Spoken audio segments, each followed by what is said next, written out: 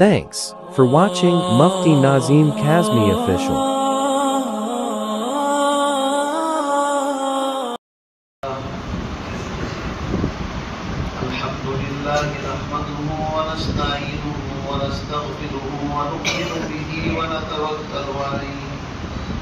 ونعوذ بالله من شرور أنفسنا ومن سيئات أعمالنا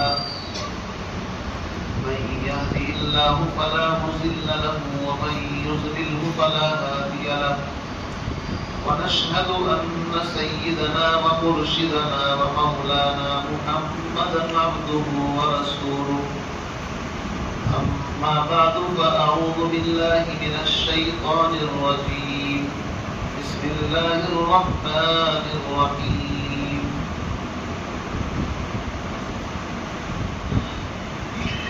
يا أيها الرسل كلوا من الطيبات واعملوا صالحا إني بما تعملون عليم وقال النبي صلى الله تعالى عليه وسلم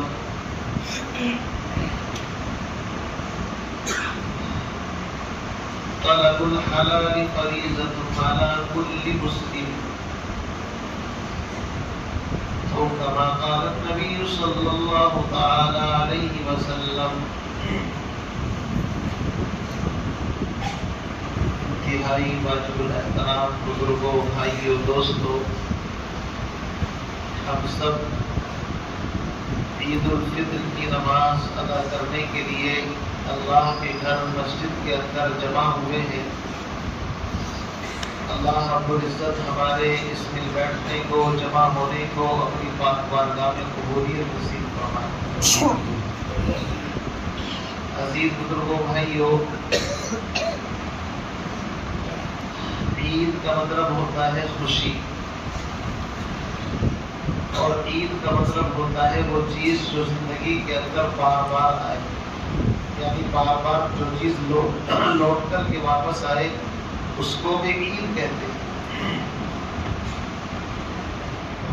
عید تو خوشی کا نام ہے، لیکن بعض اوقات انسان کی زندگی کے اندر ایسے حالات بھی پیدا ہو جاتے ہیں کہ اگر ایک طرف خوشی ہوتی ہے تو دوسری طرف غم بھی ہوتا ہے۔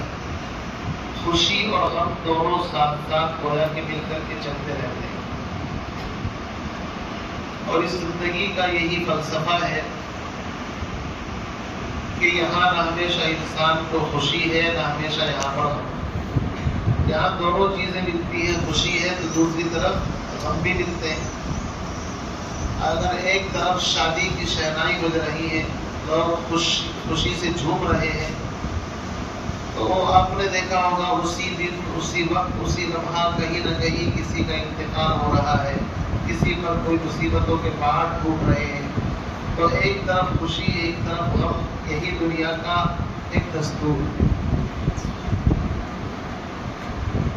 لیکن بعض اوقات اور بعض احوال ایسے ہوتے ہیں کہ وہ غم اس قدر شدید ہوتا ہے کہ انسان کے دل پر چھا جاتا ہے، اور اس کے اثرات انسان کے رگ و ریشے کے اندر اس طرح سما جاتے ہیں کہ وہ چاہ کر کے بھی اس سے باہر نہیں نکل پاتا۔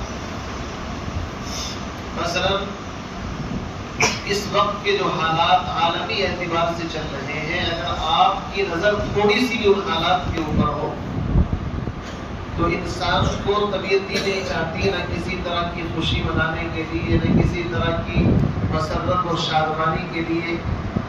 انسان کی طبیعت پر ایک بوجھ، ایک ثقل ایسا رہتا ہے کہ وہ اس سے نکل ہی نہیں پاتا۔ ابھی تازہ ترین حالات جو عالم اسلام کے مسلمانوں کے سامنے ہیں، فلسطین کے حالات ہیں، غزہ کے حالات ہیں، کتنے مہینوں سے وہاں پر کیا حالات ہیں، ایک طریقے سے ان کی زندگی جہنم بنی ہوئی ہے۔ ہر منٹ کے اندر تقریباً 2-4 جنازے ان کو پڑھنے پڑتے ہیں، اور جو میڈیا کی رپورٹ ہے اس کے مطابق تقریباً 17,000 سے بھی زیادہ بچے ایسے ہیں کہ جن کے والدین کا کوئی پتہ نہیں، یا تو شہید ہو گئے یا لاپتہ ہو گئے، کچھ پتہ ہی نہیں۔ یعنی اس سے پہلی جو عید تھی انہوں نے خوشی خوشی منائی، اپنے والدین کے ساتھ، اپنے گھر والوں کے ساتھ، اپنے دوست احباب کے ساتھ، لیکن یہ 2024 کی جو عید ہے یہ ان کے لیے قیامت سے کم نہیں۔ ایسے حالات میں طبیعت تو انسان کی بالکل بھی آمادہ نہیں ہوتی کسی طرح کی کوئی خوشی منائی جائے۔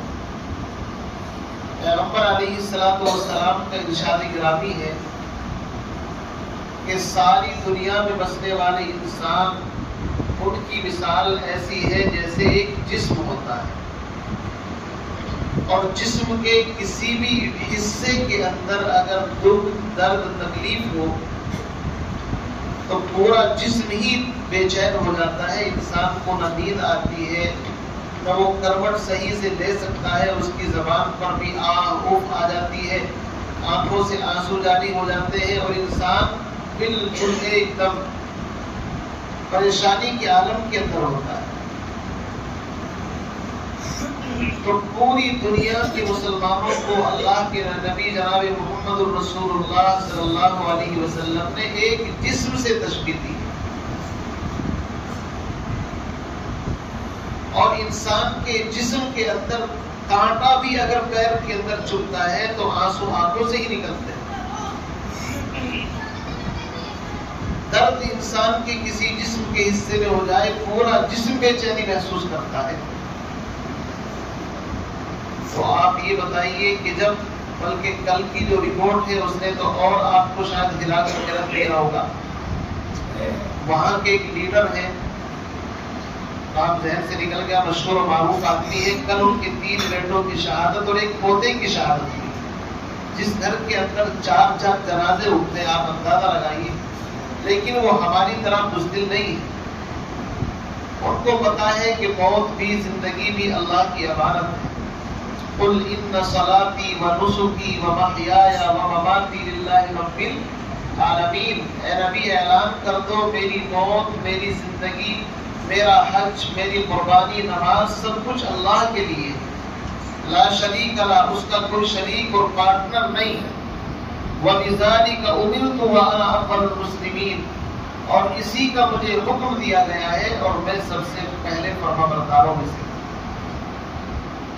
انسان کی زندگی کا جب مقصد بن جاتا ہے کہ بھئی موت و حیات کا مالک اللہ ہے، موت ایک ہی مرتبہ آتی ہے، تو پھر حضرت خالد بن ولید رضی اللہ تعالیٰ عنہ ان کے بارے میں آتا ہے کہ جسم کے اوپر 2-4 انگلی رکھنے کی جگہ ایسی نہیں تھی جہاں ان کے جسم کے اوپر تیر، تلوار، نیزے کے زخم نہ لگے ہوئے۔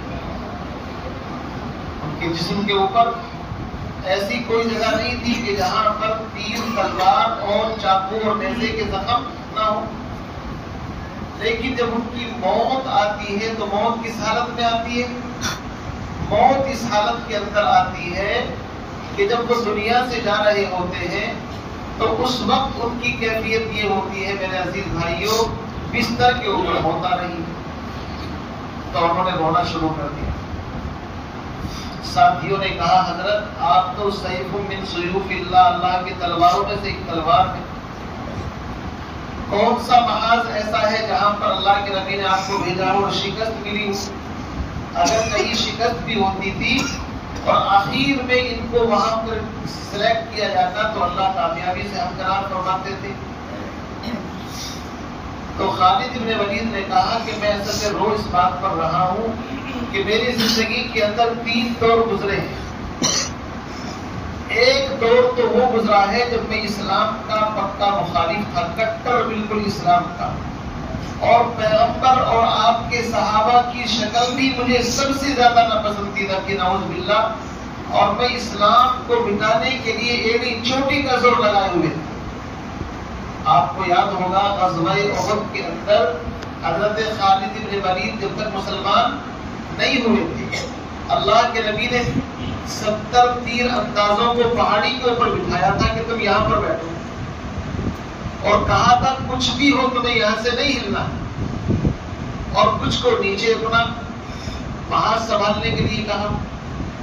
تو شروع کے اندر مسلمانوں کو اللہ نے فتح، کامیابی عطا فرمائی، کفار کے پیر اکھڑ گئے، وہ سر پر دوڑنے لگے، تو صحابہ نے سمجھا کہ بس فتح ہو گئی، کامیابی ہو گئی، لہذا جو مال غنیمت تھا وہ سمیٹنا شروع کر دیا۔ جو صحابہ پہاڑی کے اوپر تھے تیر اندازی کے اوپر، انہوں نے سوچا بھائی جنگ تو ہو ہی چکی ہے، بھاگ گئے وہ تو چلو ہم بھی نیچے اترتے ہیں۔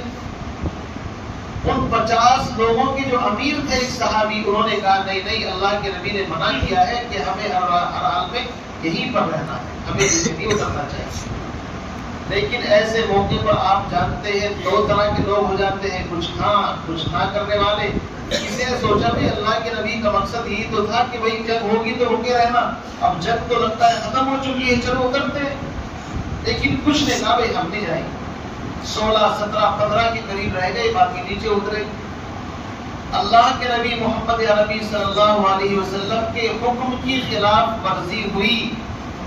یاد رکھیے اس بات کو میں اس لیے کہہ رہا ہوں، جب بھی اللہ کا حکم ٹوٹے گا یا اللہ کے نبی کا حکم ٹوٹے گا، کوئی سنت چھوٹے گی، تو یاد رکھیے اس امت کے اوپر کچھ نہ کچھ حالات ضرور آئیں۔ یہ حالات جو ہم پر آ رہے ہیں اللہ اور رسول کے احکام کو توڑنے کی وجہ سے آ رہے ہیں۔ ہم سمجھتے ہیں کہ حالات ایسے آ رہے ہیں، نہیں، ان حالات کے پیچھے ہم خود ذمہ دار ہیں۔ مسلمان اللہ کے احکام کو بھی توڑ کر کی زندگی گزار رہا ہے، رسول اکرم صلی اللہ علیہ وسلم کی سنتوں سے منہ موڑ کر، بلکہ سنتوں کا جنازہ نکال کر، سنتوں کو توڑ کر کے زندگی گزار رہا ہے۔ ایران کا ایک شاعر ہندوستان کے اندر آیا تو اس نے نبی اکرم صلی اللہ علیہ وسلم کی تعریف و توصیف میں ایک نعتیہ کلام پیش کیا۔ لوگ سن کر کے بڑے جھومے مست ہوئے کہ بھئی بہت اچھا کلام اللہ کے نبی کی شان میں پیش کیا ہے۔ اس کو لوگوں نے ٹائٹل دے دیا کہ عاشق رسول ہے، چونکہ نبی علیہ السلام کے عشق میں اشار تھے۔ کچھ دن کے بعد دیکھا کہ وہ حجام کی دکان پر بیٹھا ہوا اپنی داڑھی کٹا رہا ہے۔ تو لوگوں کو بڑی حیرت ہوئی کہ یار اس نے تو نبی علیہ السلام کی تعریف میں بڑے اچھے اشعار کہے اور پیغمبر علیہ السلام کی اتنی تعریف کی، ہم تو سمجھ رہے تھے اس کے دل میں عشق رسول ہوگا، لیکن اس کا حال تو یہ ہے کہ زبان پر کچھ اور ہاتھ اس کا عمل کچھ۔ وہ داڑھی کٹا رہا تھا۔ کسی نے کہا آقا ریشمی تراشی، کہ آقا آپ داڑھی کٹوا رہے ہو؟ تو شاعر نے برجستہ جواب دیا بلا ولیکن دل نبی خراشم، ہاں میں داڑھی کٹا رہا ہوں لیکن کسی کا دل نہیں توڑ رہا ہوں۔ یہ کہا اس نے کہا دل نہیں توڑ رہے ہو تم، اللہ کے نبی جناب محمد رسول اللہ صلی اللہ علیہ وسلم کا دل توڑ رہے ہو، اس سے بڑھ کر کے بات اور کیا ہوگی؟ ایک عام آدمی کا نہیں، جب انسان داڑھی کے اوپر اس طرح چلاتا ہے تو جہاں کے سردار محمد عربی صلی اللہ علیہ وسلم کو تکلیف پہنچتی۔ آپ فرماتے ہیں کہ میرے چہرے میں کون سی اتنی بڑی خرابی ہے کہ جو تو یہود و نصارہ کے طریقے پر چلنا چاہتا ہے۔ علامہ اقبال نے ایسے ہی مسلمانوں کو کہا تھا وضع میں تم ہو نصارہ تو تمدن میں ہو، تمہاری وضع قطع یہودیوں انگریزوں جیسی ہے، تمہارا لباس شرعی نہیں۔ وضع میں تم ہو نصارہ تو تمدن میں غنود، یہ مسلمان ہیں جنہیں دیکھ کے شرمائے یہود، اور یوں تو سید بھی ہو، مرزا بھی ہو، افغان بھی ہو، تم سبھی کچھ ہو، بتاؤ تو مسلمان بھی ہو۔ آج مسلمان سب کچھ ہے، حاجی جی ہے، 4 حج کر لیے لیکن داڑھی کٹانے سے بات نہیں آئی۔ عمرے پر عمرے ہو رہے ہیں، ہر سال 2 4 سفر ہوتے ہیں عمرے کے، لیکن جیسے ہی حرم سے باہر سر اڑانے کے لیے آئے گا تو ساتھ ساتھ داڑھی کے اوپر بھی وہی کہ اللہ کے نبی، شرم نہیں آتی اللہ کے نبی کے شہر کے اندر؟ او بھائی یہ پیسہ اللہ نے دیا ہے، اس کو ضائع مت کرو۔ اصل چیز ہے انسان کے دل کے اندر دین کی محبت، طلب۔ آج ہم اللہ اور رسول کے احکام کو اپنی من مرضی کے مطابق مسئلہ کر رہے ہیں۔ ہم دین کا مسئلہ سمجھتے ہیں نا، کسی کی ہاتھ کاٹنا، کسی کا ناک، کسی کا پیر، دین کا جو ہم نے حلیہ بگاڑ کر کے رکھا ہے۔ ہم پتہ نہیں کون سے مسلمان ہیں، کلمہ پڑھا ہے، نبی کا منمانی کرتے ہیں اپنی. ہماری مثال اس گدھے سے کم نہیں ہے کہ جو ایک مرتبہ اس نے شیر کی کھال پہن لی. گدھے نے کس کی کھال پہنی؟ شیر کی. اور شیر کی کھال پہننے کے بعد وہ گدھا بڑا خوش ہوا کہ اب تو میں شیر جیسا لگنے لگا. گدھوں کی مجلس میں آیا تو گدھا ہوتا ہے، انہوں نے بھی بڑی تعریف کی، ارے واہ آپ تو شیر بن گئے. بس اس نے سوچا کہ واقعی اب تو میں شیر بن گیا ہوں، تو پھر میں تو جنگل کا بادشاہ ہوں، جنگل کا راجا ہوں، اب تو سب کو میری ہی اطاعت اور غلامی کرنی پڑے گی. اس کے دماغ کے اندر یہ فتور، یہ گھمنڈ بیٹھ گیا. جیسے آج ہم بھی کہتے ہیں نا یار اللہ کے نبی کی آخری امت تو ہم ہی ہیں، ختم نبوت کے طفیل ہمیں چنا گیا ہے، ہمیں قرآن ملا ہے اور اللہ کے نبی ملے ہیں، ہمیں کعبہ ملا ہے، ہم جیسا کوئی نہیں. کہ ہم نے بھی اوپر کھال پہنی ہے اس گدھے کی طرح، ابھی دل کے اندر ایمان نہیں اترا. اسی لیے قرآن نے کہا قالت الاعراب آمنا، گاؤں دیہات کے کچھ لوگ نبی کی خدمت میں آئے کہ ہم ایمان والے ہیں. قرآن نازل ہوا آسمان سے، قل لم تؤمنوا ولکن قولوا اسلمنا. نبی ان کو کہو ایمان کا دعویٰ ذرا سوچ سمجھ کر کے کہو، ابھی تم مومن نہیں ہو، زیادہ سے زیادہ یہ کہہ سکتے ہو ہم مسلمان. مسلمان ظاہری اسٹرکچر کو کہتے ہیں، باہر والے کو پگڑی ہے، ٹوپی ہے، کرتا پائجامہ ہے اور نام ہے عبد الرحمان، عبداللہ، فلاں، بس ظاہری طور پر آپ کہہ سکتے ہو مسلمان. لیکن ایمان کا مطلب یہ ہے جب ایمان کا نور دل کے اندر آتا ہے تو پھر ساری کائنات کی کوئی ویلو اس کی نظروں کے اندر نہیں رہتی. وہ یہ کہتا ہے کہ تو میرا تو سب میرا، فلک میرا، زمین میری، اگر ایک تو نہیں میرا تو کوئی شے نہیں میری. جب انسان کا تعلق اللہ کی ذات کے ساتھ وابستہ ہوتا ہے تو پھر انسان کسی کو خاطر کے اندر نہیں رہتا. اس لیے میرا عزیز بزرگوں، بھائیوں، دوستوں، ادھر دیکھو اپنا کام کر رہے ہیں، ادھر کیوں لگتے ہیں؟ ایمان بہت بڑی چیز ہے. ایمان کا سرمایہ بڑا قیمتی سرمایہ ہے، بڑا قیمتی تحفہ ہے. تو اس گدھے کو بڑا گھمنڈ ہوا، بڑا ناز ہوا اور اس نے سوچا کہ تو بھی شیر بن گیا. چنانچہ اس کو شرارت سوچی اور شہر کے اندر، گاؤں کے اندر آیا. اور آنے کے بعد اس نے سوچا کہ بھئی بچوں کو ڈرائیں گے، جب شیر دیکھیں گے تو لوگ اپنے گھروں کے اندر دبک جائیں گے. چنانچہ وہ بستی محلے کے اندر آیا اور آنے کے بعد مستانہ ناز و نخرے کے ساتھ چلتا ہوا آ رہا ہے. لیکن بچے دیکھ رہے ہیں کہ آج تو عجیب طرح کا شیر آیا ہے گاؤں کے اندر، چال بھی اس کی الگ ہے، ڈھال بھی الگ ہے، چونکہ وہ تو صرف کھال پہن رکھی تھی نا اس نے. اس کو شرارت سوچی کہ بچوں کو ڈرایا جائے. اس نے جو اندر سے آواز نکالی تو ظاہر بات ہے شیر کی آواز تو تھی نہیں، وہ تو گدھے کی آواز تھی. جب بولے گا تو گدھا ہی بولے گا. اپنی حقیقت بھول گیا. منہ دیکھ لیا آئینے میں پر داغ نہ دیکھے سینے میں، دل ایسا لگایا جینے میں مرنے کو مسلمان بھول گئے. وہ گدھا بھی اپنی حقیقت بھول گیا کہ تو حقیقت میں گدھا ہے. اس نے جو ڈھیچو ڈھیچو کی آواز نکالی تو بچوں کو پتا چل گیا یہ تو جناب گدھا ہے. بس کوئی ڈنڈا لے کر کے آ رہا ہے، کوئی پتھر لے کر کے آ رہا ہے اور کوئی کچھ لے کر کے آ رہا ہے. اور اس کو جو دوڑایا اور پٹائی شروع کی تو جا کر کے سانس بیچارے نے جنگل کے اندر دی. آپ یہ بتائیے ایمانداری کے ساتھ اگر وہ حقیقت والا شیر ہوگا، اگر وہ اوریجنل اصلی حقیقت والا شیر ہوتا، اللہ نے جس کو شیر بنایا ہے، تو بچوں کی ہمت تھی ڈنڈوں سے اس کی پٹائی کر دیتے. بولو بھائی نہیں کر سکتے. بچے دبکتے، چھپ جاتے، بڑے بڑوں کی حالت خراب ہو جاتی ہے. آپ بچوں کی بات کر رہے ہیں. یہ مسلمان بھی بہترین امت تھا، اللہ نے واقعی اس کو چن کر کے بھیجا تھا اور واقعی اس سے افضل کوئی امت نہیں اور اس امت کے نبی سے افضل کوئی امت نہیں. لیکن بات دراصل یہ ہے وائے ناکامی متائے کارما جاتا رہا، کارما کے دل سے احساس ضیا جاتا رہا. ہم نے صرف اوپر سے ایک چولا پہن رکھا ہے کہ ہم مسلمان ہیں، اللہ کے نبی کے امتی ہیں اور ہم ایمان والے ہیں. ہمارے ایمان کا حال تو یہ ہے کہ مسجد سے روٹی بھی چوری کر کے لے جاتے ہیں. ذمہ دار پریشان بیچارے پلاسٹک کی لگانے پر مجبور. ہمارے ایمان کا حال یہ ہے فریج کے ساتھ بھی ہم زنجیر سے پکا باندھ کر کے رکھتے ہیں. کیوں؟ اس لیے کہ لوگ اس کو بھی بس چلے تو اس کو بھی اٹھا کر کے لے کر کے چلے جائیں. ہمارے ایمان کا حال یہ ہے کہ ہم نماز پڑھنے آتے ہیں مسجد کے اندر اور کسی کے جوتے چپل پر نظر پڑ گئی اچھے سے ہے تو اس وقت ہمارا ضمیر بھی ڈول جاتا ہے, اس کو بھی اٹھا کر کے رفو چکر ہو جاتے ہیں. میرے بھائیو, ہم ہی مسلمان اکائی کی بات کرتے ہیں. مسلمان تو وہ تھا کہ اگر اس کے سامنے سونے چاندی کے ڈھیر پڑے ہوئے ہوتے تھے, خدا کی قسم وہ آنکھ اٹھا کر کے نہیں دیکھتا. مسلمان کا حال یہ تھا کہ اگر اسے کسی کی چیز مل جاتی تھی اس کے مالک کو تلاش کرنے کے لیے انسان ایڑی چوٹی کا زور لگا دیتا تھا کہ اس کے اصل مالک تک اس کو کس طرح پہنچایا جائے.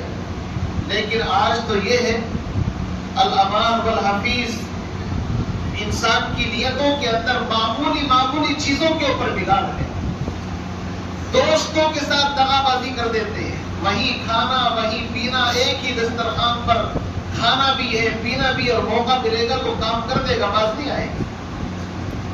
تو آپ یہ بتائیے ایسے حالات میں جب مسلمان اللہ اور اس کے رسول کے احکام کو توڑ رہا ہے, کس منہ سے یہ عید اور خوشی کی بات کرتا ہے؟ میں عرض یہ کر رہا تھا, حضرت خالد بن ولید رو رہے تھے, فرمایا میری زندگی میں 3 دور گزرے ہیں. ایک دور وہ تھا جب میں مسلمان نہیں تھا, غزوہ احد کے اندر جب صحابہ نیچے اتر آئے تو خالد بن ولید اس وقت تک مسلمان نہیں ہوئے تھے. انہوں نے دیکھا کہ پہاڑی راستہ خالی ہے, اپنے ساتھیوں کو ادھر سے لے کر کے واپس آئے, اور جو بھاگ رہے تھے وہ بھی واپس آ گئے کفار. مسلمانوں کو 2 طرف سے بیچ میں لے لیا, پہاڑی راستے سے بھی. وہ 16-17 بچے, انہوں نے بیچاروں نے ہمت کی لیکن وہ مقابلہ نہیں کر سکے, اسی لیے 70 صحابہ شہید ہو. اللہ اور اس کے رسول کا حکم جہاں جہاں پر ٹوٹے گا مسلمان کو منہ کی کھانی پڑے. ہم سمجھتے ہیں کہ ہم زیادہ اسمارٹ ہیں, ہوشیار ہیں. خدا کی قسم جناب رسول اکرم صلی اللہ علیہ وسلم کو جو اللہ نے عقل دی تھی, شعور دیا تھا, اور جو تہذیب آپ کو عطا فرمائی تھی, جس طرح آپ پر نبوت ختم, ایسے ہی عقل, شعور, آداب, ساری چیزیں آپ پر آ کر کے مکمل ہوتی ہیں. پیغمبر علیہ الصلوۃ والسلام کو اللہ نے جو بصیرت اور دانائی عطا فرمائی تھی, آپ اس کا اندازہ نہیں لگا سکتے. آپ نے فرمایا تھا تمہیں یہاں سے ہٹنا ہی نہیں ہے. بس اللہ کے نبی کی حکم کی مخالفت ہوئی اور فتح شکست کے اندر تبدیل ہو گئی. 70 صحابہ کی آج بھی خبریں ہیں. جب لوگ احد پہاڑ پر جاتے ہیں تو پورا ایک حظیرہ بنا ہوا ہے جہاں پر حضرات صحابہ مدفون. ایک حکم ٹوٹا تو 70 شہید ہو گئے. مسلمانوں, ہم کتنے حکم توڑ رہے ہیں تو کتنوں کو قربانی دینی پڑتی. ہمیں کچھ پتہ ہی نہیں, ہم سمجھتے بس مسلمان ہیں ہم تو خالد بن ولید نے ادھر سے حملہ کیا اور جنگ کا نقشہ پلٹ دیا. فرمایا کہ اگر اس وقت میں دنیا سے چلا جاتا تو سیدھا جہنم میں جاتا, اس لیے کہ اسلام کے خلاف میں نے علم اٹھا رکھا تھا. لیکن پھر میری زندگی کے اندر اللہ کے نبی جناب محمد رسول اللہ کی برکت سے اور آپ کی صحبت کی اور آپ کی دعاؤں کی برکت سے وہ وقت آیا کہ میرے کلمہ پڑھا, مسلمان ہوا, اور حضور اکرم صلی اللہ علیہ وسلم کے ساتھ ہر جس محاذ کے اوپر آپ نے مجھے بھیجا میں گیا. بڑے بڑے محاذ کے اوپر فتح ہوئی ہے. تو فرمایا کہ اگر میں اس زمانے میں نبی کے سامنے دنیا سے چلا جاتا تو اس وقت میری مغفرت میں کوئی شبہ نہیں تھا. لیکن اب یہ تیسرا دور میری زندگی کے اندر آیا ہے کہ اب میں بستر کے اوپر مر رہا ہوں. پتہ نہیں اللہ رب العزت میری مغفرت فرمائیں گے نہیں فرمائیں گے. اتنا بڑا اسلام کا جرنیل جس کو اللہ کے نبی نے خود سیف من سیوف اللہ کا لقب دیا ہو, اللہ کی تلواروں میں سے ایک تلوار, وہ موت کے وقت ڈر رہا ہے اور رو رہا ہے. حالانکہ اس کی مغفرت میں کوئی شبہ ہو سکتا ہے؟ شبہ نہیں ہو سکتا. وہ تو اتنے بڑے مجاہد اعظم تھے, اور قرآن تو صحابہ کی تعریف میں بڑا بھرا پڑا ہے. لقد رضی اللہ عن المؤمنین, اللہ ایمان والوں سے راضی. کہیں اللہ نے فرمایا اولئک هم المؤمنون اولئک هم الصادقون. مختلف 700 سے زیادہ آیتیں ہیں جو صحابہ کی شان میں نازل ہوئی. تو صحابہ تو اپنے ایمان کے بارے میں بھی ڈرتے تھے, دنیا سے جاتے ہوئے بھی ڈرتے تھے, اور ہم صرف 30 روزے الٹے سیدھے رکھ لیں, تراویح پڑھ لی, اور ہم عید اس منہ سے خوشی خوشی منانے آتے ہیں اور سمجھتے ہیں کہ وہ جنت تو ہم نے خرید لی ہے. میرے بھائیوں, ہمیں ڈر ہونا چاہیے کہ کہیں اللہ ان روزوں اور نمازوں کو منہ کے اوپر نہ ٹیک کر کے مار سکے. اس لیے میرے بھائیوں, ہم کوشش کریں, ارادے کریں اس بات کے کہ آج کے بعد انشاءاللہ العزیز اپنی زندگی شریعت اور سنت کے مطابق گزاریں. اپنی زندگی کے اندر کوئی حکم ایسا نہیں چھوڑیں گے جو جس سے اللہ اور رسول ناراض ہو, اس کو اپنی زندگی سے نکال کر کے کھرچ کر کے باہر پھینکیں, چاہے وہ چھوٹے سے چھوٹا حکم ہو, چاہے بڑے سے بڑا ہو. چند احکام ایسے ہیں جن کو آسانی سے کر سکتے ہیں. ارادہ کریں کہ آج کے بعد داڑھی نہیں کٹائیں گے. بھائی مسجد میں اللہ کے گھر میں بیٹھو, بھائی ارادہ کرنا کون سا مشکل کام ہے, ارادہ کرو, اللہ کی مدد آئے گی. اگر آپ نے صرف چہرے کے اوپر داڑھی رکھی تو کل قیامت کے دن جب نبی دیکھیں گے میرا امتی ادھر سے ایک مشت داڑھی لے کر کے آ رہا ہے, اللہ کے نبی اللہ کی طرف اشارہ کریں گے, اللہ آپ نے تو مجھے سفارش کا حق دیا ہے, یہ تو میرا امتی ہے, چہرے سے ہی معلوم ہو رہا ہے, یہ تو بالکل ایک دم حلیہ بنا کر کے آیا ہے, تیرے محبوب سے اس کی شکل ملتی ہے, تیرے محبوب کی یا رب شباہت لے کے آیا ہوں, حقیقت اس کو تو کر دے میں صورت دے کے آیا ہوں. بس شکل و صورت بھی اگر بنا لی تو اللہ اس کے اوپر بھی پاسنگ نمبر عطا کر دے. نقل کے اوپر بھی پاس ہو جاتے نہیں ہوتے, نقل اگر اوریجنل کے مطابق ہو اس کے اوپر بھی نمبر ملتے ہیں, پاس ہو جاتا ہے. دوسرا کام یہ کرے, ٹخنوں سے اوپر, چاہے آپ پینٹ پہنتے ہیں, لنگی پہنتے ہیں, پائجامہ پہنتے ہیں, ٹخنوں سے اوپر ہونا چاہیے. یہ ٹخنے چھپانا حرام ہے, حرام. لفظوں پر غور کریں, میں چھوٹا موٹا گناہ نہیں بتا رہا ہوں. حرام کا مطلب کیا ہے, گناہ کبیرہ. بتائیے ٹخنے ڈھکنے میں کون سا ثواب مل رہا ہے, بات کر کے بتاؤ. جب آپ ٹیلر کے یہاں جاتے ہیں اس کو بتاؤ بابا ٹخنوں سے اوپر ناپ لو, ہمارے کپڑے تو اسی طرح ٹخنوں سے نیچے, وہ جانتا ہے بھائی یہ ٹخنوں سے اوپر پہنتے ہیں. اور یہ گناہ تو ایسے ہیں, انسان سو رہا ہے تو بھی گناہ مل رہا ہے. ہر وہ کپڑا جو اوپر کی طرف سے پہنا جاتا ہے اس سے ٹخنوں کا چھپانا حرام ہے, جائز نہیں. تو میں موٹی موٹی بات اس لیے کر رہا ہوں, عید کا موقع ہے اور اندر سے دل تو بالکل ایک دم ٹوٹا ہوا ہے, چونکہ ذہن غزہ کے مسلمانوں کی طرف سے یقیناً ہٹتا نہیں, ایمانداری کی بات ہے, لیکن پھر بھی میں مجبور ہوں. میں تھک جاتا ہوں اپنی درد دل سے, اور کیا کہوں, چپ بھی نہیں مجھ سے رہا جاتا. لیکن میری بات ڈور خود میرے ہاتھ میں نہیں ہے, میرا پٹا تو اللہ کے ہاتھ میں ہے. وہ جو میری زبان سے کہلوانا چاہتا ہے, میں چاہ کر کے بھی اپنی بات نہیں کہتا تھا. میرا تو زندگی کا تجربہ ہے. اللہ رب العزت جو بات ذہن کے اندر ڈالتے وہ آتی ہے. میں کچھ سوچ کر کے بھی بیٹھتا ہوں تو وہ باتیں مجھ سے ہوتی نہیں, اور میں اس میں بھی خوش ہوں. کیوں؟ اس لیے کہ کم سے کم میں اللہ کی مرضی کے مطابق تو بولتا ہوں, اپنی ہماری کیا بات. تو میرے عزیز بزرگ بھائیوں, تو داڑھی کا اہتمام کریں کہ انشاءاللہ زندگی میں اس سنت کو نہیں چھوڑیں. دوسرا ارادہ کریں کہ کبھی بھی اپنا ٹخنا نہیں چھپائیں گے, ٹخنا کھول کر کے رکھیں. اسی طریقے سے نیت اور عزائم کریں کہ اپنے سروں کے اوپر ٹوپیاں رکھیں گے, عمامہ رکھیں گے, اپنا لباس شرعی بنائیں گے. عزائم ارادے کریں کہ اپنے بچوں کو حافظ قرآن, عالم دین اور دیندار متقی پرہیزگار بنائیں گے. یہ والدین کی ذمہ داری ہے. اور اسی طریقے سے اپنے بارے میں عزائم کر لیں کہ موت سے پہلے اگر ہم نے تقوی, پرہیزگاری, اللہ کی رضا زندگی میں ابھی تک حاصل نہیں کی, ہم کوشش کریں گے کہ انشاءاللہ اللہ کا دشمن نہیں بلکہ اللہ کا ولی بن کر کے بنے. کیا بنے بھائی؟ اللہ کا ولی, دوست بن کر کے.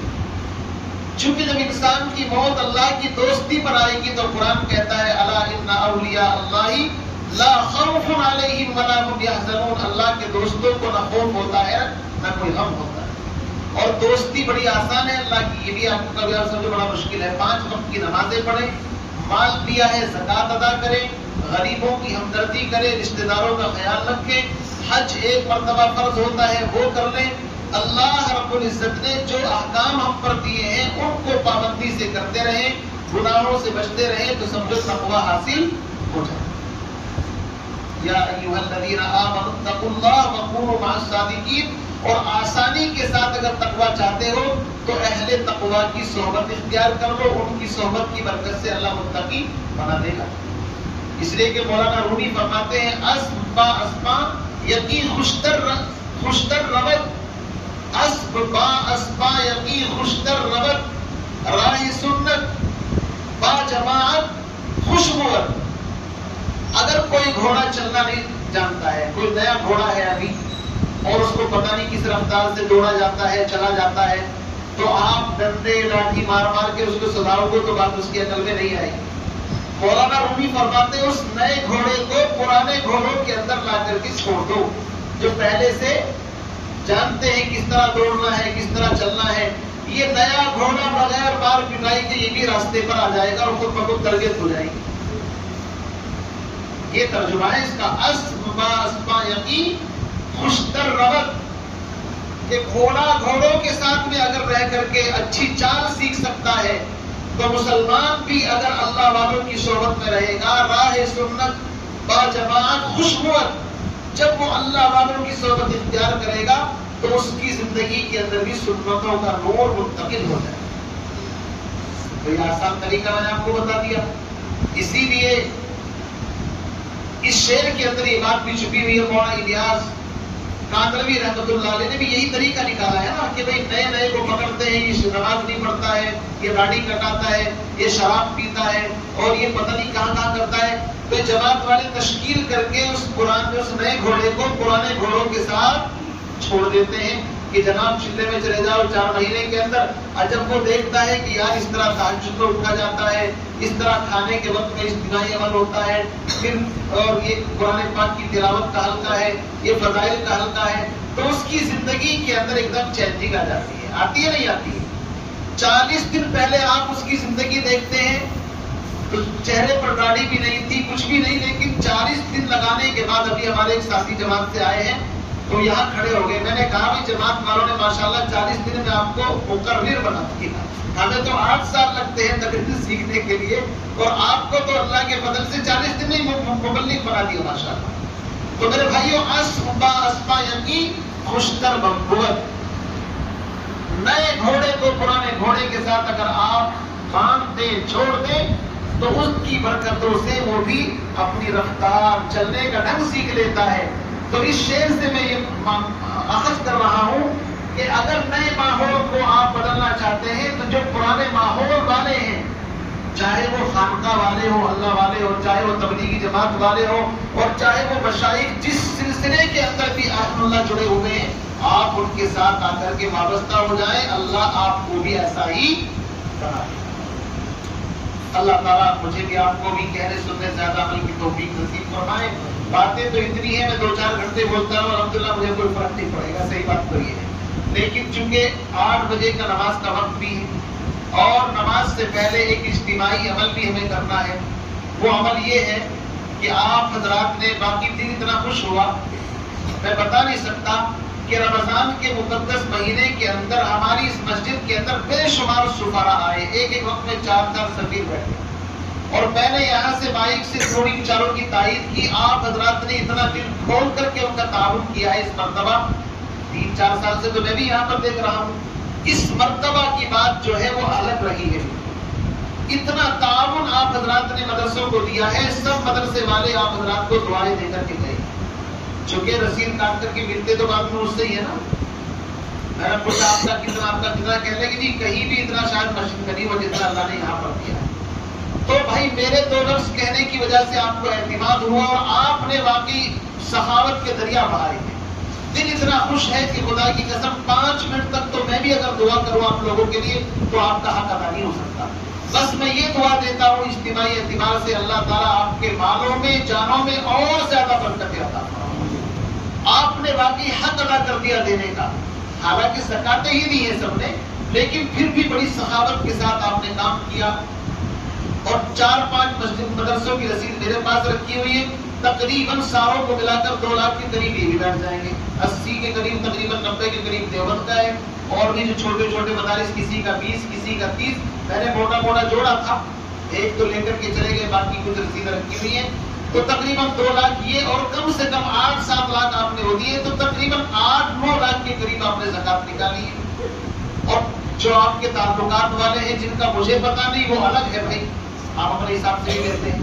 پھر آپ نے رشتہ داروں کو بھی دیا ہوگا، غریبوں کو بھی دیا ہوگا، تو اس مرتبہ دل بڑا خوش ہے اندر سے۔ لیکن ہم جس مسجد کے اندر رہتے ہیں، نماز پڑھتے ہیں، غم کی بات ساتھ ساتھ یہ ہے کہ شاید 2 ہی رسیدیں میرے پاس کرنی ہیں، ایک وہاں 3 ہو گئی، ایک 5,000 کی، ایک 5,000 کی، اور ایک 10,000 روپے کی۔ تو مجھے بڑا اندر سے ملال بھی ہوا، یار اس مسجد کا ہمارے اوپر زیادہ حق ہے، اس لیے کہ وہ تو بیچارے سال میں آئے چلے گئے، ہمیں نمازیں یہاں پر پڑھنی ہے، ہم یہاں اے سی استعمال کرتے ہیں، پنکھے استعمال کرتے ہیں، کولر استعمال کرتے ہیں، مسجد کی چٹائیوں پر نماز پڑھتے ہیں۔ پھر سب سے بڑی بات یہ، اس مسجد کے امام ہیں، مؤذنین ہیں، جن کے پیچھے ہم نمازیں پڑھتے ہیں، ان کی تنخواہوں کا انتظام بھی اسی سے ہوتا ہے، سارا سسٹم اسی سے جڑا ہوا ہے۔